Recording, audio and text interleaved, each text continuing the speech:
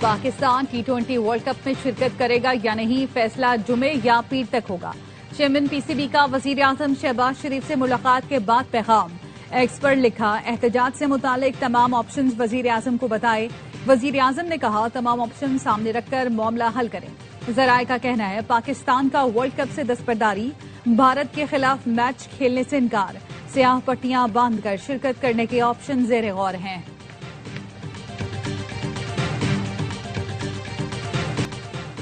قیمتی پتھروں کی برآمدات سے قیمتی زر مبادلہ کمایا جا سکتا ہے۔ جیم سٹونز کے ذخائر کی تعداد کو بروئے کار لانے کی ضرورت ہے۔ وزیر اعظم شہباز شریف کی زیر صدارت قیمتی پتھروں اور معدنیات کے فروغ سے متعلق اجلاس میں گفتگو۔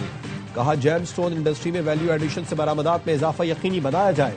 وزیر اعظم کی جیم سٹون سینٹرز کی تعمیر کے لیے عالمی شہرت یافتہ ماہرین کی خدمات لینے اور تمام صوبوں گلگت بلتستان آزاد کشمیر حکومتوں سے مل کر کام کرنے کی ہدایت۔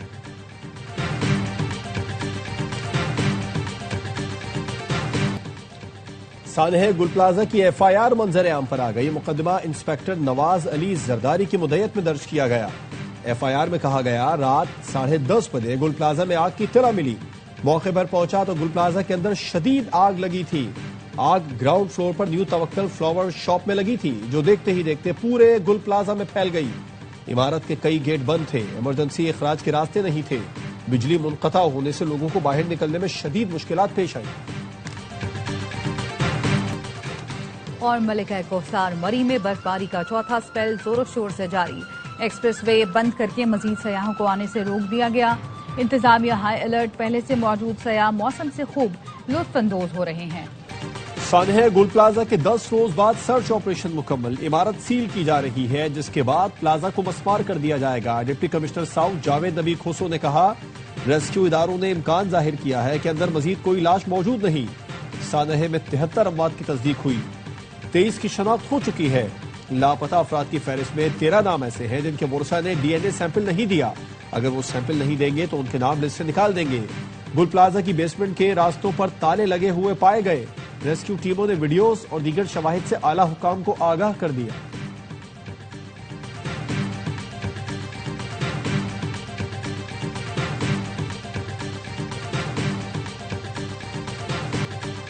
گل پلازا میں سرچ آپریشن ختم، لواحقین کا انتظار ختم نہ ہوا۔ دبئی کراکری میں موجود 5 افراد کی شناخت تحال نہ ہوئی۔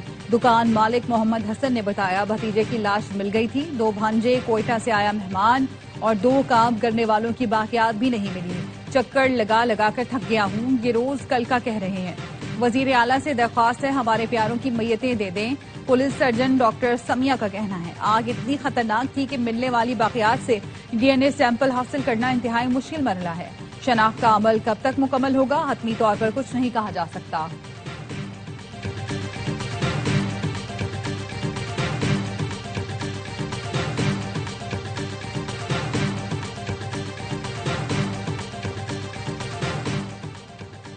سندھ میں فورنزک سائنس لیب کے قیام میں تاخیر، خصوصی گاڑیاں موجود مگر عملہ اور عمارت نامکمل۔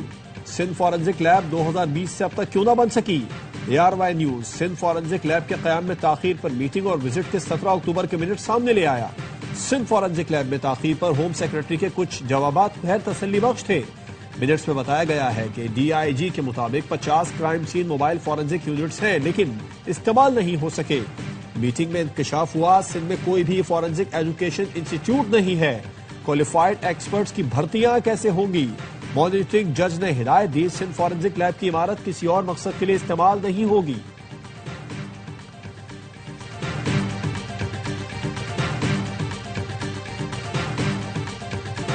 کوئٹہ میں برف باری کے بعد بچوں کی عید ہو گئی، کہیں اسنومین تیار کیا گیا تو کہیں بچے برف کے گولے بنا کر کھیل میں مصروف ہیں۔ بچوں کا کہنا ہے برف سے کھیلنے میں اتنا مزہ آتا ہے کہ سردی بھی نہیں لگتی۔ کوئٹہ میں ہونے والی دوسری برف باری شاید بچوں کی دعاؤں کا ہی نتیجہ ہے۔ برف میں کھیلتے بچوں کے ساتھ بڑوں نے بھی اپنے بچپن کی یادیں تازہ کی۔ چمن میں کوزک ٹاپ کے مقام پر کئی گھنٹے مسلسل آسمان سے روئی کے گالے برستے رہے۔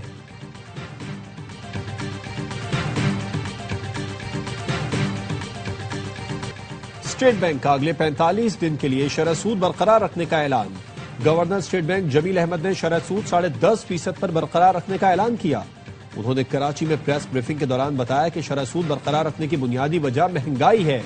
مہنگائی کی شرح 7.5% پر برقرار ہے۔ جون میں مہنگائی 7% سے اوپر جا سکتی ہے۔ برآمدات میں کمی اور درآمدات میں اضافہ ہو رہا ہے۔ لارج سکیل مینوفیکچرنگ میں مسلسل اضافہ ہو رہا ہے۔ زرعی پیداوار اس سال بہتر ہوتی نظر آ رہی ہے۔ جون تک زر مبادلہ کے ذخائر $18 ارب سے اوپر ہوں گے۔ صدر FPCCI عاطف اکرام شیخ کا کہنا تھا کہ پالیسی ریٹ کم نہ کرنے پر بزنس کمیونٹی کو تحفظات ہیں۔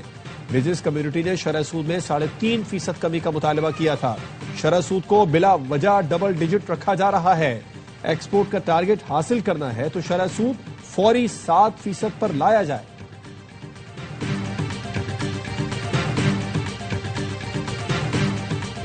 8 فروری کو گالی دیں گے نہ پتھر ماریں گے۔ قومی اسمبلی میں اپوزیشن لیڈر محمود خان اچکزئی کہتے ہیں درخواست کریں گے کہ دکانیں بند رکھیں، پہیہ جام کریں۔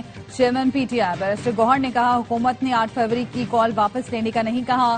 8 فروری بانی کی کال ہے، وہی واپس لے سکتے ہیں۔ کوشش کر رہے ہیں کہ ہمیں انصاف ملے۔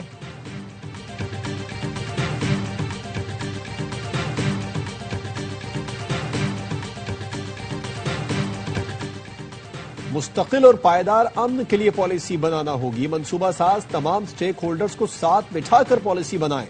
بند کمروں کے فیصلے مسلط نہیں کرنے دیں گے۔ وزیر اعلیٰ KP سہیل آفریدی کہتے ہیں مجھے دبانے کی کوشش کی مگر آج بھی عوام کے ساتھ کھڑا ہوں۔ پہلے اسمگلر اور پھر دہشت گرد کہا، مقصد مجھے نیچا دکھانا تھا۔ وفاق کے ذمے آج بھی IDPs کے 52 ارب روپے بقایا ہیں۔ وزیر اعلیٰ کی عدم ادائیگی پر وزیر اعظم کو خط لکھا۔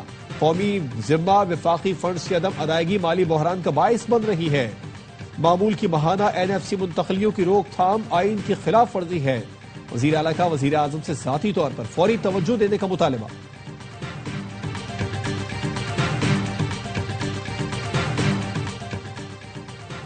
سندھ سولر انرجی پروجیکٹ میں اربوں روپے کی مبینہ کرپشن، نیب کراچی کا افسران کے خلاف انکوائری کا آغاز۔ چیف سیکرٹری سندھ کو مراسلہ۔ نیب مراسلے میں کہا گیا سندھ سولر انرجی پروجیکٹ میں اربوں کی بے ضابطگیوں اور فنڈز کے غلط استعمال کا شبہ ہے۔ سندھ سولر انرجی پروجیکٹ میں قومی خزانے کو نقصان پہنچنے کا خدشہ۔ نیب نے وزیر اعلی سندھ کے پرنسپل سیکرٹری کو بھی خط لکھ دیا۔ پنجاب حکومت کا 47 ارب روپے کا رمضان نگہبان پیکج تیار۔ وزیر اعلیٰ مریم نواز نے منظوری دے دی۔ پیکج سے 42 لاکھ خاندانوں کو ریلیف ملے گا۔ 1 کروڑ افراد کو امداد ملے گی۔ ہر تحصیل میں مریم کا دسترخوان اور سہولت بازار قائم کرنے کی منظوری۔ روزانہ 2000 افراد کو افطاری کرائی جائے گی۔ مستحق خاندان کو رمضان میں فی کس 10,000 روپے کی امداد دی جائے گی۔ مریم نواز کی رمضان میں اشیاء ضروریات کی قیمتیں مزید کم کرانے کی ہدایت۔ کہا کوئی مستحق خاندان رمضان میں تنہا نہیں ہوگا۔ مخلوق خدا کی خدمت میں کوئی کسر نہ چھوڑی جائے۔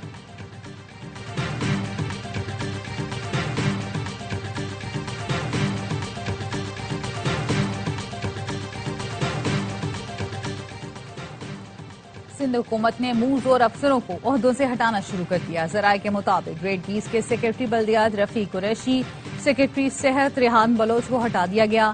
دونوں وزراء سے زیادہ طاقتور سمجھے جاتے تھے۔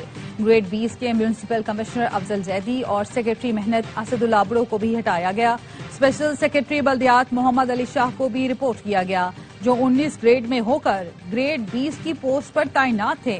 بیوروکریٹ ضمیر عباسی کو بھی رپورٹ کر دیا گیا۔ کراچی کے نارتھ ناظم آباد بلاک F میں 24 گھنٹے قبل بنائی گئی نئی سروس روڈ کو کے الیکٹرک نے کھود دیا۔ کے الیکٹرک حکام کا موقف ہے کہ انڈر گراؤنڈ کیبل فالٹ درست کرنے کے لیے سڑک کھودی گئی۔ انتظامیہ کا کہنا ہے کہ کوئی پیشگی اطلاع نہیں دی گئی۔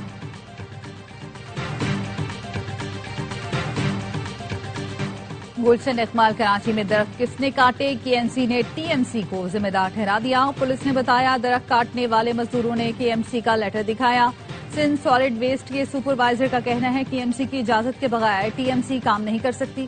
KMC نے مقدمہ درج کرایا۔ میئر کراچی کا کہنا ہے درختوں کی کٹائی کرنے والوں سے سختی سے نمٹا جائے گا۔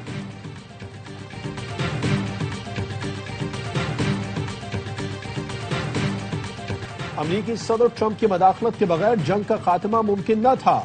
حماس کے سینئر رہنما ڈاکٹر باسم نعیم کہتے ہیں کہ ہم صدر ٹرمپ کی ذاتی کوششوں کا شکریہ ادا کرتے ہیں۔ انہوں نے مداخلت کی اور اسرائیل پر جنگ بندی کے لیے دباؤ ڈالا۔ اسرائیلی فوج کو غزہ سے آخری یرغمالی کی باقیات مل گئی۔ غزہ میں اب کوئی زندہ اسرائیلی یا لاش نہیں بچی۔ حماس نے آخری اسرائیلی قیدی کی شناخت کو جنگ بندی معاہدے سے اپنی وابستگی کا ثبوت قرار دے دیا۔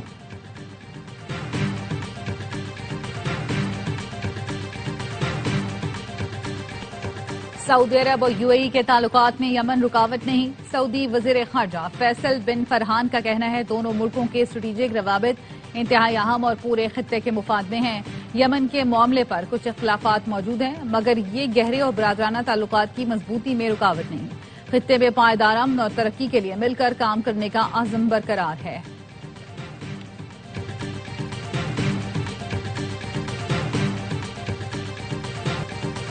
آندھی بو گے تو طوفان کاٹو گے، جیسا کرو گے ویسا بھرو گے۔ تہران کے انقلاب اسکوائر میں بڑا بل بورڈ نصب۔ امریکہ اور اسرائیل کو انتباہ، طیارہ بردار جہاز کے ڈیک پر بکھرے ہوئے طیارے دکھائے گئے ہیں۔ شہریوں کا کہنا ہے کہ امریکی دھمکیاں صرف الفاظ تک محدود ہیں، ایران اپنی طاقت پہلے ہی دکھا چکا۔ یہ منظر امریکی صدر ٹرمپ کے بحری بیڑے کی دھمکی کے بعد سامنے آیا۔ امریکہ کی کئی ریاستیں برفانی طوفان کی لپیٹ میں، شدید برفباری اور بارش کے دوران حادثات میں 16 افراد ہلاک، 24 ریاستوں میں ایمرجنسی نافذ، کروڑوں افراد متاثر، 16,000 پروازیں منسوخ۔ Washington, new York, Texas, Oklahoma, new Jersey سمیت درجنوں ریاستوں میں شدید برفباری، بارش اور سرد ہواؤں کا راج۔ نیو یارک کے دیہی علاقے میں درجہ حرارت -49 تک گر گیا۔ میئر زہران ممدانی نے بھی امدادی کاموں میں حصہ لیا، لوگوں کے ساتھ سڑکوں سے برف ہٹائی۔ گورنر نیو یارک کی عوام سے غیر ضروری طور پر گھروں سے نہ نکلنے کی اپیل۔ اور ایشیا کا سب سے بڑا فلمی مرکز باری اسٹوڈیو فروخت ہو گیا۔ 1950 میں بنے باری اسٹوڈیو میں 24 گھنٹے شفٹوں میں فلموں کی شوٹنگ ہوا کرتی تھی۔ فنکاروں اور فلم سازوں نے سنہری یادیں تازہ کی۔ مصطفیٰ قریشی نے کہا بھٹو شہید باری اسٹوڈیو آتے تھے۔ مصنف ناصر ادیب بولے یہ تو بس عمارت تھی، فلمیں ذہنوں سے بنتی۔